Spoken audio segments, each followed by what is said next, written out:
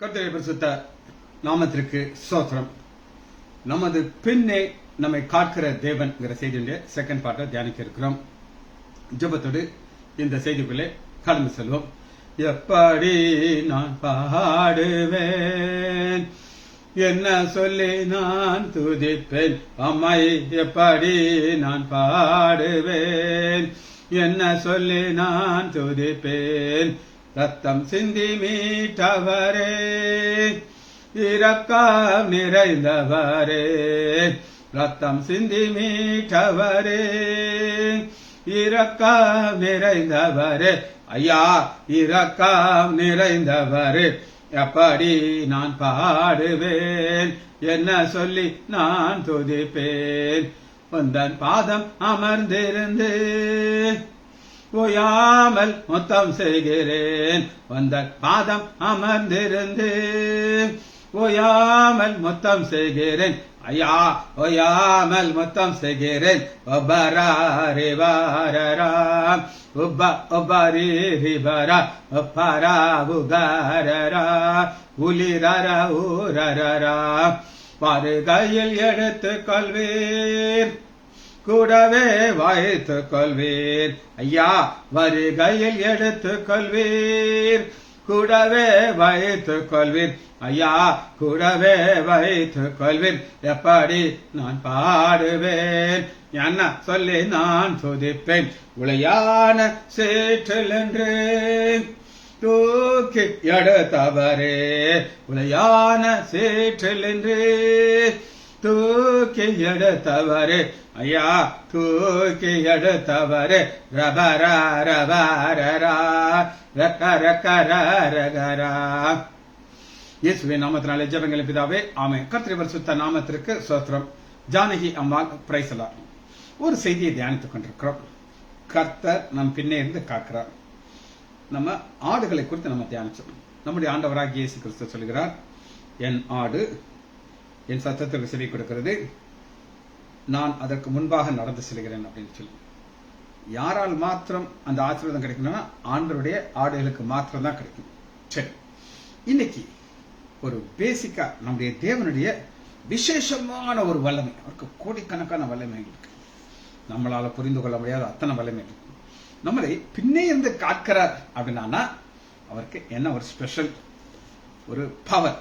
இது யார் புரிந்து கொண்டார்னா தாவீது இதை குறித்து புரிந்து கொண்டார். வாசிப்போம். சங்கீதம் 139 அதிகாரத்துல தேவனுக்கும் மனிதர்களுக்கும் உள்ள உறவுல தேவனை படுத்த வெளிப்பாடு, விசேஷமான வெளிப்பாடு. வாசிப்போமா? முதல் வசனத்தை நான் வாசிக்கிறேன். சங்கீதம் 139:1. கர்த்தாவே, நீர் என்னை ஆராய்ந்து அறிந்திருக்கிறீர். தாவீதுக்கு என்ன பிரச்சனை? ஆராய்ந்து அறிந்திருக்கிறார். ஆராய்ந்து அறிந்திருக்கிறார் என்ன சொல்லுங்க பாப்போம். அக்கு வேற ஆணி வேற பிரிச்சு தெரியுது. அதனாலதான் பின்னே இருந்து காக்கிறார். ஆனா சங்கீதம் 139 அதிகாரத்துல முதல் வசனத்துல நீர் என்னை ஆராய்ந்து அறிந்திருக்கிறீர். தாவீது பிறக்கிறதுக்கு முன்னாடி சவுல்னு ஒருத்தர் வருவான்னு ஆண்டவர் தெரியும். அவன் பின்னாடியே துரத்துக்கிட்டே வருவானு தெரியும். திறத்தும் போது நான் இந்த தாவீதை எப்படி நான் பாதுகாப்பேன், நான் ஆராய்ந்தேன். 2வது வசனம், என் உட்கார்தலையும் என் எழுந்திருக்கிறதையும் நீர் அறிந்திருக்கிறீர், என் நினைவுகள் தூரத்திலிருந்து அறிவீர். தாவீது பற்றி அவருக்கு தெரியும். என்ன தெரியும்னா, இவன் சவுல கொல்ல மாட்டான், துரத்துக்கிட்டே வருவான், கொல்றதுக்கு ஒரு ஆப்பர்ச்சுனிட்டி கிடைக்கும், கொல்ல மாட்டான். ஏன் கொல்ல மாட்டான்னா அவனுக்கு ஒரு பெரிய வெளிப்பாடு இருக்கு, அபிஷேகம் பண்ணப்பட்டவர்ங்கிற வெளிப்பாடு இருக்கு. அதனாலதான் ஆண்டவருக்கு தெரியும், தூரத்திலிருந்து தெரியும். 3வது, நான் நடந்தாலும் படுத்தாலும் என்னை சூழ்ந்து இருக்கு. அங்கதான் அந்த சூழ்ந்து இருக்கிறவரால பாதுகாப்பு கொடுக்க முடியாது. ஒரு பெரிய மலை இருக்கு, மலையில இந்த பக்கம் சவுல் வரான், இந்த பக்கம் தாவீது வர்றாரு. ஒருத்தர் மூஞ்ச பார்த்தாச்சு, போட்டு தள்ளுறதுக்கு செகண்ட் தான். ஆனா ஆண்டவர்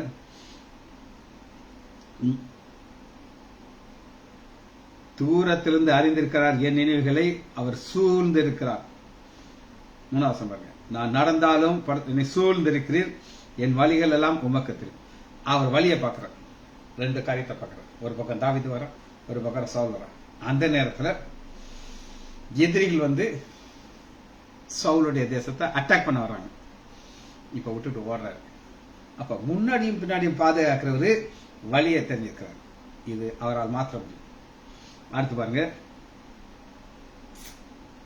7 உமது ஆவிக்கு மறைவாக எங்கே போவேன், உங்களுடைய சமூகத்தை விட்டு எங்கே ஓடி போவேன். அப்ப தாவீதுக்கு ஒரு பெரிய வெளிப்பாடு என்ன அப்படின்னு கேட்டீங்கன்னா, ஆண்டவர் என்னை சூழ்ந்து இருக்கிறார், அவர் என்னை பார்த்து கொண்டே இருக்கிறார், எனக்கு என்ன நடக்க போதுன்னு அவருக்கு தெரியும், என்ன நடக்குமா இருக்குன்னு எனக்கு தெரியாது, அவருக்கு தெரியும். அடுத்து பாருங்க 8 நான் வானத்திற்கு ஏறினாலும் நீர் அங்கே இருக்கிறீர், நான் பாதாளத்திலே படிக்கப்பட்டாலும் நேர். அப்ப வானத்திலும் பாதுகாப்பு, பாதாளத்திலும் பாதுகாப்பு. அதான் முன்னே பின்னே எங்க போனாலும் நீங்க என் கூட இருக்கீங்க ஆண்டவரே. இந்த வெளிப்பாடு, இந்த அறிவு இருக்கிறவங்களுக்கு தான் பாதுகாப்பு கொடுப்பாரு. எல்லாத்துக்கும் எனக்கு பயமா இருக்குது, எனக்கு பயமா இருக்குது, எனக்கு என்ன நடக்கும்னே தெரியல. உங்களை ஆண்டவர் ஆசீர்வதிக்க முடியாது. இந்த அறிவு தாவீதுக்கு அந்த அறிவு உங்களுக்கும் எனக்கு இருக்கணும். 9 வாசிக்கிறேன். சங்கீதம் 139:9. நான் விடியற் காலத்து செட்டைகளை எடுத்து சமுத்திரத்தின் கடையாதரத்திலே போய் அங்கே தங்கினாலும் அங்கே உமது கை என்னை நடத்தும், உளது என்னை பிடிக்கும், நடத்தி பிடித்து பாதுகாப்பேன். இது ஒரு பாதுகாப்பின் வெளிப்பாடு. இப்படிப்பட்ட ஒரு வெளிப்பாட தாவீதுக்கு இருந்தனாலதான் தாவீது நினைச்ச மாதிரி, தாவீதுக்கு சவுலை கொல்றதை பத்தி ஐடியாவே கிடையாது. அவர் சொல்றாரு, ஆண்டவர் அடிச்சா எனக்கு பிரச்சனை இல்லை, யுத்தத்துல செத்து போனா பிரச்சனை இல்லை, வயசாகி செத்து போனா பிரச்சனை இல்லை. 3 ஆப்ஷன் கொடுத்தாரு. ஆனா நான் மட்டும் என்ன செய்ய மாட்டேன், கொல்ல மாட்டேன். அப்படிப்பட்ட ஒரு அறிவு தாவீதுக்கு இருந்துச்சு. அதனால ஆண்டவர் இந்த காரியத்தை ஆசீர்வதித்தார். சரி, இப்ப இது ஒரு பர்டிகுலர் ஒருத்தருக்கு இது கிடைக்குது. இது என்னன்னு வாசிப்போமா? 2 கொரிந்தியர் 4:8. பவுல் தான் போகிற பாதையை பார்க்கிறார், வேதனையோடு சொல்லுகிறார். 2 கொரிந்தியர் 4:8. நாம் எப்பக்கத்திலும் நெருக்கப்பட்டும், எப்பக்கம்னா முன்னாடி பின்னாடி சைடு, சுத்தி சுத்தி சுத்தி அடிச்சாலும் நெருக்கப்பட்டாலும் ஒடுங்கி போவதில்லை, கலங்கோந்தில்லை மனம். நெருக்கப்படும், கலக்கம் வரும், மனமுறிவு வராது. இது யாருக்கு வரும் அப்படின்னு நீங்க கேட்டீங்கன்னா, முந்தின வசனத்தை வாசிய 6. இருளிலிருந்து வெளிச்சத்தை பிரகாசிக்க சொன்ன தேவன் இயேசு கிறிஸ்துவின் முகத்தில் உள்ள தமது மகிமையான அறிவினை எங்கள் இருதயத்தில் பிரகாச பண்ணினார். அறிவு, சூழ்நிலையை பார்க்கிறோம், ரொம்ப அருமையா போட்டிருக்கு. சூழ்நிலை ஆண்டுடைய கருத்தில் இருக்கு, அவருக்கு தெரியும். நான் இந்த பாதையில போனது, இந்த செய்தியை நான் எழுதி ப்ரிப்பேர் பண்ணுவேன். எனக்கு ஒரே சந்தோஷமா இருந்துச்சு. ஏன் சந்தோஷமா இருந்துச்சு அப்படின்னு கேட்டீங்கன்னா, எனக்கு பிரச்சனை கிடையாது மட்டும் நீங்க நினைக்காதீங்க, பிரச்சனைகள் உண்டு. ஆனா கண்டுக்கிடவே மாட்டேன். கண்டுக்கிடாம வாழ்ந்துட்டு இருக்கும்போது ஆண்டவர் துதிக்கும் போது என் வாழ்க்கை இதான். இன்னைக்கு என்ன கிழமை எனக்கு தெரியும், இன்னைக்கு வியாழக்கிழமை சாயங்காலம் நான் செய்தி கொடுக்க வரணும். இதெல்லாம் ப்ரிப்பேர் பண்ணிட்டு வந்திருக்கேன், சும்மா நான் வர மாட்டேன், கதையெல்லாம் வர முடியாது. புரியுது உங்களுக்கு? சூழ்நிலை பார்க்க சரி, மெசேஜுக்குள்ள வரும் பாருங்க. 7வது வசனத்துல யாருக்கு இந்த பிரச்சனை வரும், இதான் கேள்வி. எல்லாருக்கும் வருமா? ரோட்ல வரவனுக்கும் அவனுக்குலாம் வராது. கோடீஸ்வரனுக்குமா? அது வேற பிரச்சனை வரும், அது நமக்கு கிடையாது. தேவனால் இந்த மகத்துவமுள்ள வல்லமை எங்களுக்கு உண்டாயிராமல் தேவனால் உண்டாயிருக்கும் பொருட்டாக விளங்கு இந்த பொக்கிஷத்தை மண் பாண்டத்தில், மண் பாண்டம் இந்த சரீரம், இந்த சரீரத்துக்குள்ள ஆண்டவர் ஒரு பெரிய பொக்கிஷத்தை தூக்கி வச்சுட்டார். தூக்கி வச்சுட்டு பவுல் சொல்கிறாரு, இதான் அவருடைய அருமையான கேட்டவர், நாங்கள் எப்பக்கத்திலும் நெருக்கப்பட்டும் ஒடுங்கி போய். நெருக்கப்படுவோமா? எஸ், நெருக்கப்படும், அதுல சந்தேகம் இல்லை. ஆனா என்ன செய்யப்பட மாட்டோம், ஒடுங்கிப்போம். ஒடுங்கி போறதுனா என்ன சொல்லுவோம், எல்லாம் இழந்துருவாங்க, இழந்து 0ங்கிற நிலைமைக்கு வந்துடுவாங்க. இந்த 0 நிலைமைக்கு வந்தா எனக்கு எத்தனையோ பேர்ல தெரியும், எத்தனையோ பேர்ல நான் பார்த்திருக்கேன் 0. ஒரு சோப் ஓனர் குறித்து நான் உங்களுக்கு சொல்றேன். சென்னையில் எங்களுடைய சொந்தக்கார், தூரத்து சொந்தக்கார், கிட்டத்தட்ட ரொம்ப தூர சொந்தக்கார். அவங்க ஒரு சோப் கம்பெனி ஆரம்பிச்சு, அவர் ஒரு கெமிக்கல் இன்ஜினியராக இருந்தவர். அந்த கெமிக்கல் ஃபார்முலாவில் அவர் சோப்பு செஞ்சாரு, நல்லா கிளிக் ஆச்சு. பக்கா இந்து கடவுளில் சேர்ந்தவர் அவர். ரெகுலரா அவங்க கோயிலுக்கு பாத யாத்திரைக்கு போவார், வருவார். ஓகோன்னு இருந்துச்சு. அவங்க கார் வீட்டுக்கு முன்னாடி ஒரு 5 ஃபாரின் கார் நிற்கு. சாதாரண எங்கள் வீட்டில எல்லாம் அங்கே நல்ல கார் வச்சுருக்காங்க. போய் வாயை பார்த்துச்சு, முறுமுறுக்கல. நான் எங்க கார் இந்தியன் கார், லோக்கல் மேடு, அருமையான கார். எங்களுக்கெல்லாம் ஒரே சந்தோஷமா இருக்கு. ஆனால் இந்த கார்ல வாங்க மாட்டோம். ஃபாரின் கார் 4 கார் முன்னாடி நிற்கும். திடீர்னு நியூஸ் வருது, அவர் பிஸ்னஸ் லாஸ் ஆகி ஐபி கொடுத்துட்டு ஒரு வாடகை வீட்டில் உட்காந்துருக்காரு. பார்த்தீங்களா, இவருக்குள்ள மண் பாண்டங்கிற பொக்கிஷம் கிடையாது. சாத்தாவன மேல தூக்கு தூக்கு தூக்கு தூக்கி நச்சு கீழே இறக்கி விட்டுரும். ஆனா நமக்கு அப்படி கிடையாது. நாங்கள் எப்பக்கம் நெருக்கப்பட்டும் ஒடுங்கி போகுது, கலக்கம் அடைந்தும் மன முறிவு நான் சொல்ற ஒரு எல்லா பிசினஸும் போயிடுச்சு. கவலையில உட்கார்ந்துட்டு இருப்பாரு. அப்படிதான் எனக்கு தெரியாது. ரொம்ப நாளா நான் அவரை பார்த்தேன். அதனால மேல வர முடியலைங்கிறது மட்டும் நீ யோசிக்கணும். பாருங்க, துன்பப்பட்டும் கைவிடப்படுவதில்லை, கீழே தள்ளப்பட்டும் மடிந்து போவதில்லை. கீழே தள்ளப்பட்டும் மடிந்து போவதில்லை. ஆண்டவராகிய இயேசு கிறிஸ்து இதை நம்ம புரிந்து கொள்வதற்கு ஒரு அருமையான ஒரு சம்பவத்தை, ஒரு ஓமையை காமிச்சார். அந்த ஓமையை நம்ம பார்க்க போறோம். நம்முடைய ஆண்டவராகிய இயேசு கிறிஸ்து சொன்ன ஓமையை நம்ம பார்க்க போறோம். மத்திய 7வது அதிகாரம் 2 வீடுகளை குறித்து ஆண்டவர் சொல்றார். ஒரு வீட்டுல அஸ்திபாரம் கிடையாது, இருக்கு, மண் மேல கட்டப்பட்டு. அந்த மண் மேல கட்டப்பட்டிருக்கிறது யார் அப்படின்னு நீங்க கேட்டீங்கன்னா, பிரச்சனை வந்தா பொத்தனை உளுந்து போயிடுவாங்க. அவங்களை நீங்க அடுத்து பார்க்கவே முடியாது, தேடி பார்த்தாலும் அவங்கள கண்டுபிடிக்க முடியாது. ஆனா 2 வீடும் ஒரே மாதிரி தான் தெரியும். அஸ்திபாரத்தில் மட்டும்தான் வித்தியாசம் இருக்கு. முதல்ல மணல் மேல் கட்டப்பட்ட வீடு அவங்களுக்கு நான் காட்டுறேன். மத்திய 7வது அதிகாரம் 24. ஆகையால் நான் சொல்லிய இந்த வார்த்தைகளை கேட்டு இவளின்படி செய்கிறவன் எவன், அவனை கண்மலையில் மேல் கட்டப்பட்ட வீட்டுக்கு இருத்தி மலை பெருமலை சொரிந்து, பெருமலை மேலிருந்து சோதனை வருது வருது வருது வருது. யோபுவை பார்ப்போம். யோபுவுக்கு அந்த பிரச்சனை இல்லை, நல்லா தான் போயிட்டு இருந்துச்சு, ஸ்மூத்தா போயிடுச்சு. பிள்ளைங்க இருக்காங்க, சந்தோஷமா இருக்காங்க. அவங்க பாவம் செய்திருவாங்களோன்னு போய் பயந்து அவர் ஆண்டவருக்கு பலி செலுத்துகிறார். ஆனால் பிரச்சனை வந்துச்சு, எல்லாம் அழிஞ்சு போச்சு. மேலிருந்து வந்துச்சு, அழிஞ்சிச்சு. பெருமலை சொரிந்து பெரும் வெள்ளம், பெரும் வெள்ளம் சைடு பக்கத்துல மேல இருந்து வருகிற பிரச்சனை, சைட்ல இருந்து வர்ற பிரச்சனை. பெரு வெள்ளம் வந்து இந்த பெரும் வெள்ளம் என்ன செய்யணும், அது சுத்தம், சார் சார் சார் சுத்தம். இது சுத்துறது என்ன நடக்கும் அப்படின்னு கேட்டீங்கன்னா, வாழ்க்கையில ஒரு சோதனை, வேதனை, கஷ்டம் வரும்போது அவங்களுக்கு எல்லாம் போயிடும். சிட்டா பறந்து போயிடுவாங்க. எல்லாரும் யாருமே கிட்ட இருக்க மாட்டாங்க. அந்த வீட்டின் மேல் மோதி பாருங்க, வீட்டின் மேல் மோதி காற்று அடித்து, பெரும் வெள்ளம் வந்துருச்சு. காற்று, காற்றுல சுழல் காற்று அப்படின்னு ஒரு காற்று இருக்கு. அந்த காற்று அப்படி அடிச்சிச்சுன்னா அப்படி சுத்திக்கிட்டே போயிடும். Sir sir sir sir sir எல்லாத்தையும் கொண்டு போயிடும். யூரோக்லான் அப்படின்னு ஒரு காற்று பவுலுடைய கப்பலை வந்துச்சு. பவுல் ஜாலியா போயிருக்கு. முதல் தென்றல் வந்துச்சு, எல்லாரும் ஜாலியா இருந்திருப்பாங்க. என்ன தென்றல் வந்திருக்கு, என்ன பாட்டெல்லாம் பாடிட்டு இருந்திருப்பாங்க. ஆனா திடீர்னு வந்துச்சு யூரோக்லையான்னு ஒரு புயல்.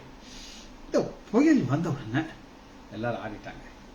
ஆனா பவுல் மாத்திரம் சொல்கிறாரு, நான் சேவிக்கிறவரும் என்னை ஆட்கொண்டவருமா இருக்கிற என் தேவன் என்னை பார்த்து சொல்லியிருக்காரு, பவுலே நீ பயப்படாத, உன் நிமித்தம் எல்லாரும் நான் காப்பாத்து.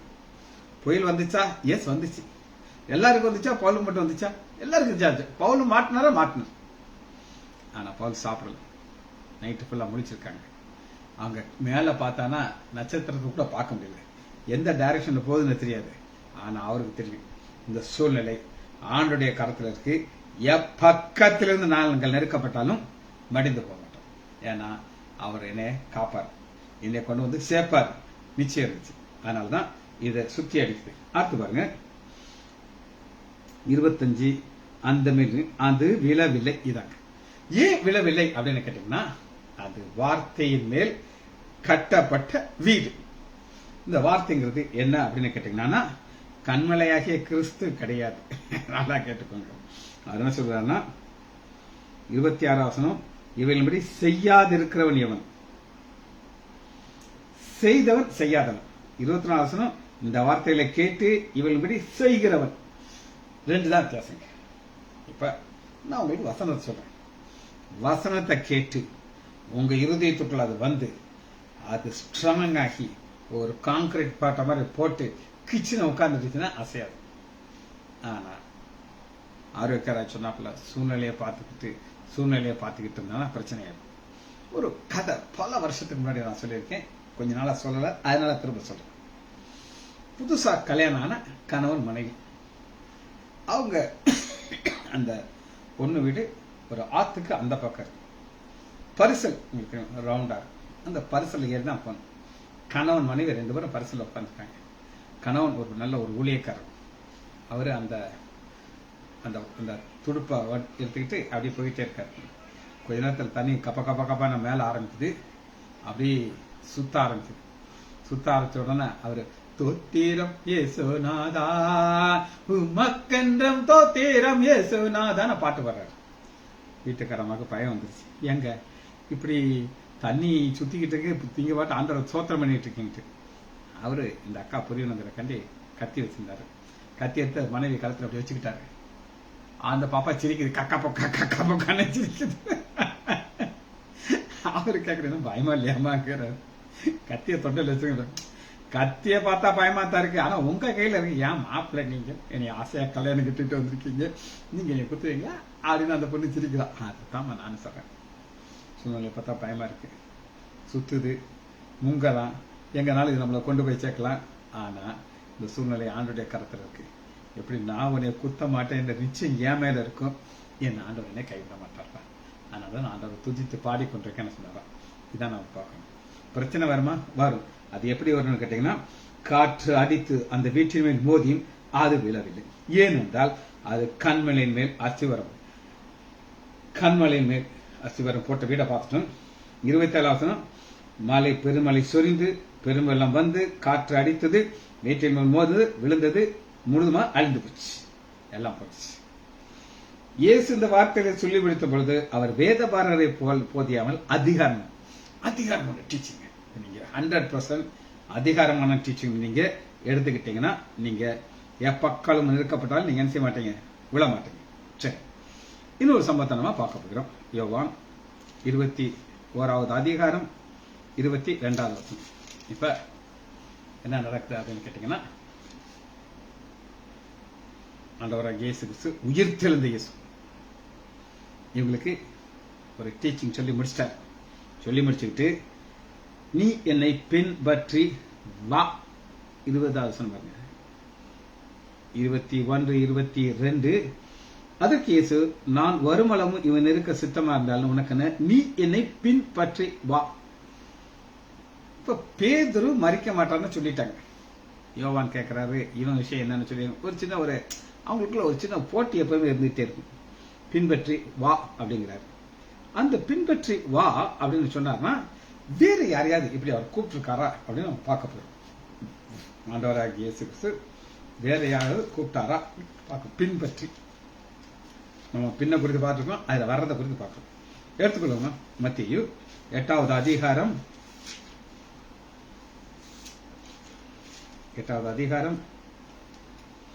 19வது வசனம். அப்பொழுது வேதபாரகன் ஒருவன் வந்து, போதகரே, நீர் எங்கே போனாலும் உண்மை பின்பற்றி வருவேன். பின்னாடி பாதுகாக்கிறாரு. ஆண்டவருக்கு பின்னாடி போறதை குறித்து பார்த்துக்கிட்டோம். என்ன நடக்குது அப்படின்னு நீங்க கேட்டீங்கன்னா, 12 திரளான ஜனங்கள் தம்மை சூழ்ந்திருக்கலே இயேசு கண்டு போனார். அப்ப திரளான மனுஷர்கள் என்ன நடந்தது அப்படின்னு கேட்டீங்கன்னா, 16 மத்தேயு 8:14. அஸ்தமான பொழுது பிசாசு பிடித்த அநேகரை அவற்றை கொண்டு வந்தார்கள். அவர் அந்த ஆவிகளை தமது வார்த்தையினாலே துரத்தி பிணிகாலி எல்லாரையும் சொஸ்தமாக்கினார். இப்ப ஒருத்தையும் பார்த்துக்கிட்டே இருக்கேன், என்ன பவர் இருக்கேன் அந்த ஆளுக்கு. இவர் பின்னாடியே போனா நம்ம பவரை பிடிச்சுக்கலாம் அப்படின்னு இவன் நினைக்கிறான். அதுங்க இது ஒரு லேர்னிங் ஸ்பிரிட் அப்படின்னு நீங்க நான் சொல்லுவேன். என் வாழ்க்கையில் நடந்த சம்பவத்தை ஒரு சம்பவத்தை நான் உங்களுக்கு சொல்றேன். நான் எம்பிபிஎஸ் டாக்டர் உங்க எல்லாருக்கும். அதுக்கப்புறம் ஆர்த்தோபெடிக்ங்கிற ஒரு சப்ஜெக்டை நான் படித்தேன். அந்த நாட்களில் ஒரு 25 வருஷம் இன்னைக்கு நேற்று கிடையாது. அப்ப எங்க வீட்டு பக்கத்துல ஒரு பெரிய கோடீஸ்வரன் அவருக்கு குறுக்கோலின்னு பேக் பெயின். நான் அவருக்கு என்னென்னமோ பண்ணேன், ஒன்றும் குறையல. டாக்டர் காளிதாஸ் உடைய கிளாஸ்மேட், அங்கேயும் போய் ட்ரீட்மெண்ட் எடுத்தார், அங்கேயும் சரியாகும். அப்புறம் ஒரு நியூரோ சர்ஜன்ட்ட போய் பார்த்தாரு. நியூரோ சர்ஜன் அதை பார்த்துட்டு, சார் இப்பவே ஆப்ரேஷன் பண்ணணும், இப்பயே தங்கிருங்க, நீங்க வீட்டுக்கெல்லாம் போகாதீங்க, ஃபோன் அடிச்சு சொல்லுவோம். அவர் சொன்னாரு, சார் என்னுடைய சம்பந்திக்கு இதே மாதிரி ஆப்ரேஷன் பண்ணி 2 காலம் நடக்க முடியல, வீல் சேர்ல போறாரு, அதனால இந்த ஆட்டைக்கு நான் கிடையாது, நைஸா எஸ்கேப் ஆகி வந்துட்டார். அப்ப யாரோ இவங்க சொல்லியிருக்காங்க, டாக்டர் கணேசன் அப்படின்னு ஒருத்தர் இருக்கார் சென்னையில, இன்காப்ஸ் Indian medical cooperative Siddha medicine, Siddha Ayurveda medicine ஒரு இருக்கு. அவர் நல்லா அந்த குறுக்கொலிக்கு மருந்து கொடுத்தே சரி பண்ணிடுறாங்க. உடனே இவர் இப்ப மறிச்சிட்டார். இவர் ரத்னசாமி, சொக்கருடைய அண்ணன். சொக்கர்னு சொல்லி ஒரு எம்எல்ஏ இருந்தார் பாத்தீங்களா, அவருடைய அண்ணன். எல்லாம் எங்க வீட்டு பக்கத்து வீட்டு. உடனே ட்ரெயின் எடுத்து தங்கினாரு. அவரு லேகியம், மாத்திரை, தைலம் எல்லாம் கொடுத்தாரு. நல்லா வலி குறைஞ்சிருச்சு. வலி குறைஞ்ச உடனே என்கிட்ட வந்தாரு. ஒரு டப்பால ஒரு லேகியம், மாத்திரை, லொட்டு, லொசுக்கு இதெல்லாம் நான் என் ஆஃபீஸா பார்த்ததே கிடையாது. எல்லாத்தையும் எடுத்து வச்சாரு. டாக்டர் இதெல்லாம் சாப்பிட்டேன், துப்புரா வலி விட்டுருச்சு, எனக்கு வலியே இல்லை, எனக்கு தலை சுத்திடுச்சு. நான் டாக்டர் மோகன் சொன்னேன், அனஸ்தட்டிஸ்ட், இப்போ பேச மாட்டாரு. அவர் சொல்றாரு, டாக்டர் நீங்க இதெல்லாம் நம்பாதீங்க, டாக்டரை வேணா மாற்ற முடியும், ஒரு நாள் ஆபரேஷன் பண்ணி நான் தான் மயக்க மருந்து கொடுக்க போவேன், அன்னைக்கு சொல்றேன் அப்படின்னு சொன்னார். 6 மாசம் ஆச்சு, அவருக்கு வலி வரல. ஒரு நாள் நாங்கள் பேசிட்டு இருக்கும்போது நான் அவர்கிட்ட கேட்டேன், இவர் என்னன்னா இங்கிருந்து எங்க போக வேண்டியதுக்கு, சென்னைக்கு போகணும். ட்ரெயின் போய் சேர்ந்து காலையில போய் சேரும். 4:30 மணி ரூம் போடுவாராம். டாக்டர் 6 மணிக்கு தான் ஓபிக்கு வருவாராம். சின்ன ரூம் வந்து உட்காந்தாருன்னா கன்சல்டேஷன் 50 ரூபாயா. எவ்வளவு? 50 ரூபா கொடுக்கறதுக்கு ட்ரெயின் எடுத்து மேன்ஷன்ல ரூம் போட்டு சாப்பிட்டுட்டு ஆட்டோ எடுத்து அவர் கன்சல்டேஷன் போயிட்டு முடிச்சுட்டு வரதுக்குள்ள ட்ரெயின்லாம் போயிடணும். இன்னொரு நாள் தங்கி தான் வரணும். அப்படி என்கிட்ட சொல்லிட்டு இருக்கும்போது கொஞ்சம் வருத்தமா சொன்னார், சார் இவரை பார்க்கறது ரொம்ப கஷ்டமா இருக்கு. நான் பையன் கேட்டேன், அவர் எங்க கூப்பிட்டா வருவாரா அப்படின்னு கேட்டேன். கூட்டு பார்ப்போமா அப்படின்னாரு. கூட்டு பார்ப்போம் நான் சொன்னேன். அவரு கூப்பிட்டதுக்கு அவர் என்ன சொல்லியிருக்காருன்னா, நான் வந்தா எனக்கு கன்சல்டேஷன் ரூபா கூட எனக்கு கிடைக்குமான்னு தெரியலையே, எனக்கு கையை பிடிக்கூடாது, நான் ட்ரெயின் டிக்கெட்லாம் வாங்கிட்டு எனக்கு மைனஸ்ல போகக்கூடாதுன்னாரு. அப்ப அவர் சொன்னாரு, உங்களுக்கு அங்கிருந்து இங்க வர்றதுக்கு டிக்கெட்டு நான் கொடுத்துருவேன், ரிட்டர்ன் டிக்கெட்டு என் ஃப்ரெண்டு கொடுத்துருவாரு, என்னுடைய சைட்ல இருந்து உங்களுக்கு சாப்பாடு என்னுடைய பொறுப்பு, எங்க வீட்டுல இருந்து சாப்பாடு. பேஷண்ட்டுக்கு கன்சல்டேஷன் 100 ருபீஸ், நீங்க 50 ரூபா உங்க ஊர்ல நான் 100 ரூபா வாங்கி கொடுத்துருவேன். செகண்ட் கன்சல்டேஷன் 75 ரூபா, எல்லாமே நேரம் உங்க கேட்க வந்துடும். ஒரே சந்தோஷம். நான் பேஷண்ட் செக் ஆரம்பிட்டு பேக் பெயின், ஸ்கின் டிசீஸ், இந்த மாதிரி வித்தியாசமான கேசஸ் எல்லாம் கலெக்ட் பண்ணி வச்சிருப்பேன். ஏறக்குறைய ஒரு 30-40 கேஸ் பிடிச்சு வச்சிருப்பேன். அன்னைக்கு ஞாயிற்றுக்கிழமை அவர் வருவார். காலையில ஒரு சாப்பாடு பிரேக்ஃபாஸ்ட் கொடுத்துருவேன். எங்க கன்சல்டேஷன் ரூம்லயே ஒரு இதுல குளிச்சுருவாரு. பேஷண்ட் பார்க்க ஆரம்பிப்பார். நான் பக்கத்துல உட்காந்து நோட்ஸ் எழுதிக்கிட்டே இருக்கேன். எதுக்கு என்னென்ன மருந்து கொடுக்குறாருன்னு ஃபுல்லா எழுதிக்கிட்டே இருக்கேன். ஏறக்குறைய ஒரு 10 மாதம் இதை நான் அப்படி ரெகுலரா செஞ்சேன். இப்ப நான் ஒரு ஆயுர்வேத டாக்டர் ஆகிட்டேன்.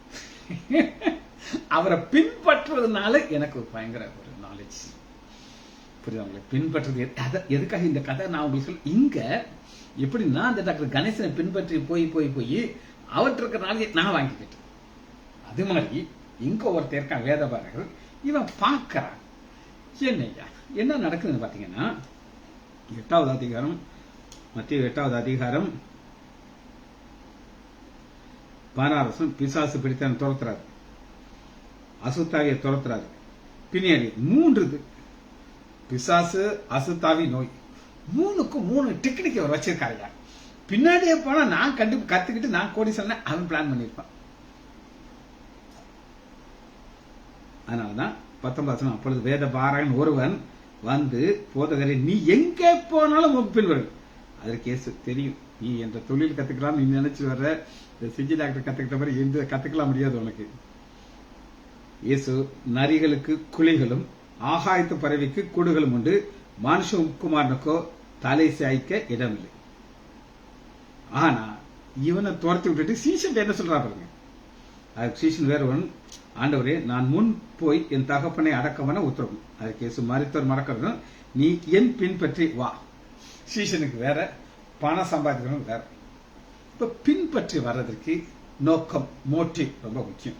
சரி, இந்த நோக்கம்ங்கிறது ரொம்ப முக்கியமான காரியம். ரைட், யோபுடைய காரியத்தை நம்ம பார்க்க போயிடும். யோபுடைய வாழ்க்கையை நீங்க பார்க்கும்போது 23வது அதிகாரம் 8வது வசனம். யோபு 23:8. யோபு ஒரு கடினமான பாதையில போறார், அப்படிதானங்க? கடினமான பாதை. அப்படி போகும்போது அவருக்கு ஒரு சின்ன ஒரு சந்தேகம் வந்துருச்சு. என்ன வந்துச்சுன்னா 23வது அதிகாரம் 8. இதோ நான் முன்னே போனாலும் அவர் இல்லை, பின்னே போனாலும் அவரை காணவில்லை, இடது புறத்திலும் அவர் கிரியை செய்தும் அவரை காணும், வலது புறத்திலும் காணவில்லை. எல்லாத்தையும் பாக்குறேன், சுத்தி கித்தி பாக்குறேன், இங்க பாக்குறாங்க, முன்னாடி பாக்குறாரு, எங்கேயுமே காணும். ஆனா அவருக்கு ஒண்ணு மட்டும் தெரியும். என்ன தெரியுமா? இதான், ஆனாலும் நான் போகும் வழியை அவர் அறிவார். எப்படி தாவீது சொன்னாரோ 139வது அதிகாரத்துல, அவருக்கு மறைவாக எதுவுமே இல்லை, எல்லாம் அவருக்கு பாவிக்கிறது, சகலம் அவருக்கு முன்னாடி நிர்வாணமா இருக்கு. அவருக்கு எல்லாம் தெரியும், நான் போகிற பாதை தெரியும். வானத்தமிழ் வந்துருவாரு, பாதாளத்தில் படுற அங்கே வந்துருவாரு. அதுபோல யோபுடைய வெளிப்பாடு என்ன கேட்டீங்கன்னா 23வது அதிகாரம் 10வது வசனம், ஆனாலும் நான் போகும் வழியை அவர் அறிவார், அவர் என்னை சோதித்த பின் நான் பொன்னான். இதாங்க ஒரு பாதையில போக விட்டார், எல்லாமே நம்மளை விட்டு போனது போல இருக்கும், காணும், மைனஸ் மைனஸ் மைனஸ் மைனஸ். ஆனா எனக்கு தெரியும், அவர் பின்னாடி இருந்து என்ன செய்வார், என்னை பார்ப்பார். இது தேவனுடைய ஒரு ஸ்பெஷலா ஒரு காரியத்தை செய்வாரு, கொஞ்சம் கஷ்டமா இருக்கும். அது என்ன அப்படின்னு கேட்டீங்கன்னா, ஏசாயா 8வது அதிகாரம் 17வது வசனம். ஏசாயா 8:17, நானோ யாக்கோபின் குடும்பத்திற்கு தனது முகத்தை மறைத்திருக்கிற கர்த்தருக்காக காத்திருப்பேன். முகத்தை மறைச்சிருப்பாரு,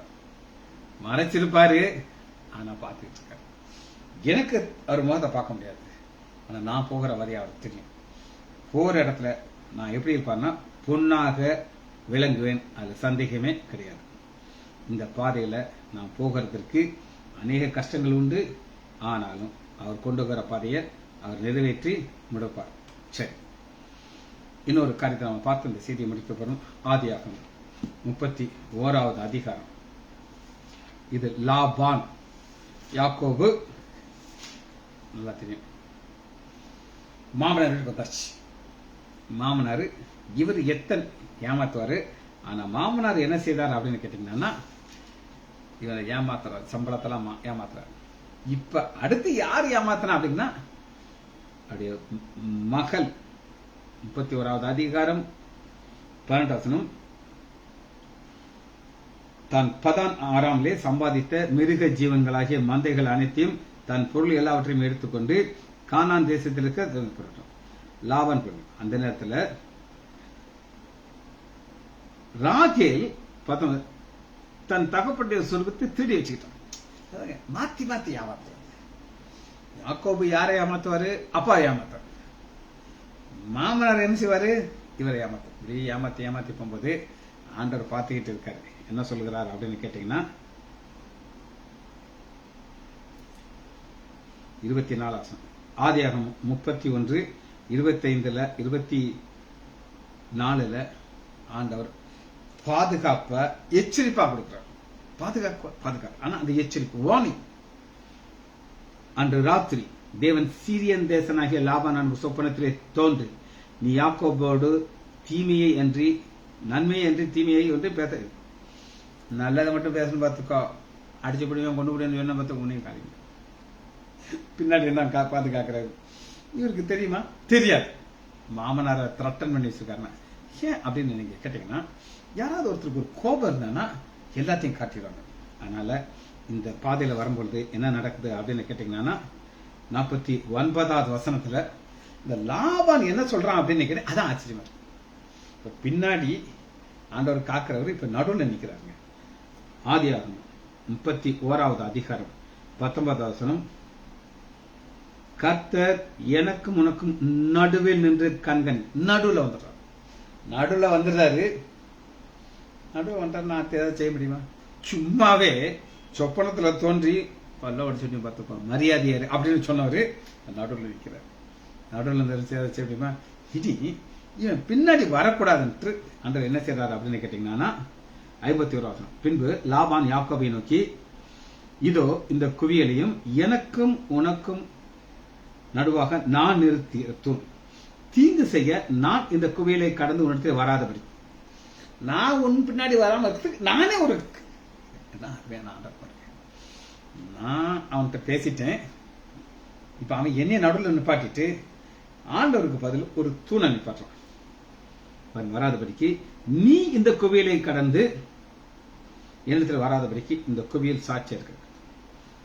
இவங்க எல்லாம் நல்லா சாப்பிடுறாங்க, தங்குறாங்க. 55 லாபான் அதிகாலமே எழுந்து தன் குமாரத்திலே முத்தம் செய்து, ஆண்டவர் வந்து கொடு என்ன சொல்றாரா, இப்ப அவன் முத்தம் போடுறான். எல்லாத்தையும் தலைகளை மாத்தி விட்டுறாரு, கோவத்தெல்லாம் மாத்திட்டாரு. பின்னாடி பாதுகாக்கிறவரு நடுவில் கொண்டு வந்து நிறுத்திட்டு ஆசீர்வதிக்கிறது. அவர்களை ஆசீர்வதித்து பின் லாபான் புறப்பட்டு தன் இடத்துக்கு போயிட்டான். இனி அவன் வருவானா? வரமாட்டான். ஜெபிச்சு முடிப்போமா? மகா இரக்கமும் கருமையுள்ள பிதாவே, துதிக்கிறோம் ஐயா. பக்கத்திலும் நெருக்கப்பட்டும் நாங்கள் முறிந்து போய் அழிந்து போய் நீர் எங்கள் நடுவில் இருக்கிறீர், பின்ன எங்களை பாதுகாக்கிறீர், எங்களை சூழ பாதுகாக்கிறீர். இந்த அறிவோடு இந்த ஓட்டத்தை ஓட கருவை பாராட்டுங்க ஐயா. பிள்ளைகள் ஒவ்வொருவரையும் என் ஆண்டவராகிய இயேசு கிறிஸ்துவின் நாமத்தினாலே ஆசீர்வதிக்கிறேன். இயேசுவின் நாமத்தினாலே ஜெபங்களின் பிதாவே, ஆமேன் ஆமேன் ஆ.